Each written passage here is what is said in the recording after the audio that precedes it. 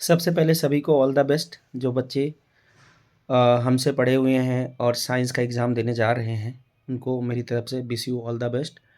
बेटा एक बात याद रखना, ये जो एग्ज़ाम है तुम्हारा आखिरी एग्ज़ाम तो है नहीं, लेकिन हाँ ये साइंस का तुम्हारा पहला एग्ज़ाम हो सकता है क्लास 10th का। लेकिन एक बात याद रखना, एग्ज़ाम में पहुँचते ही अपना जब भी पेपर आपके हाथ में आए तो क्वेश्चन पेपर को ध्यान से पढ़ना है।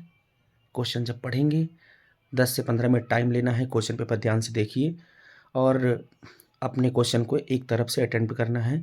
सेक्शन ए के सारे क्वेश्चन एक जगह, सेक्शन बी के सारे क्वेश्चन एक जगह, सेक्शन सी के सारे क्वेश्चन एक जगह आपको करना है। लेकिन एक चीज़ आपको ये ध्यान देना है कि अगर मान लो बीच में कोई क्वेश्चन आपको फंसता है, नहीं बनता है, तो आप याद रखिएगा हमने और आपने उस क्वेश्चन का कॉन्सेप्ट क्लास में ज़रूर किया होगा।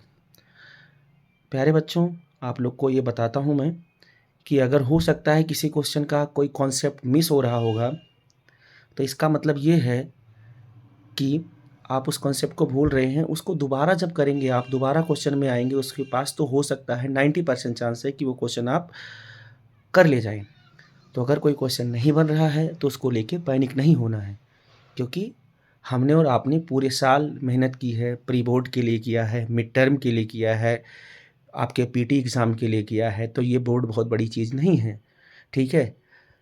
ठीक है, जो हम लोगों ने मेहनत की है उस मेहनत का रिजल्ट आपको मिलेगा, ठीक है।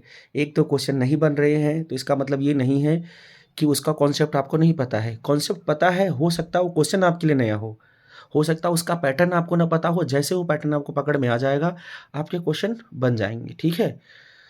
और जब भी आपको कोई क्वेश्चन ना बने तो उसको लेके घबराना नहीं है, थोड़ा मुस्कुरा देना है। और याद रखना, सफल वही होता है जो संघर्ष करता है, और संघर्ष करने वाले की कभी हार नहीं होती।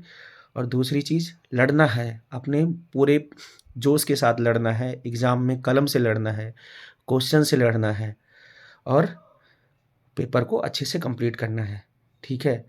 बाकी पेपर जैसे हो जाए उसके बाद निकलना। अगर कुछ अच्छा रहा पेपर तो भी रिव्यू देना, ख़राब रहा तो भी रिव्यू देना। मैं तुम्हारे रिव्यू का इंतज़ार करूँगा। बाकी मेरा आशीर्वाद और मम्मी पापा का तुम्हारे आशीर्वाद, भगवान का आशीर्वाद, माँ सरस्वती का आशीर्वाद तुम्हारे साथ है। इसी बात को लेके विदा लेते हैं। जय हिंद, जय भारत।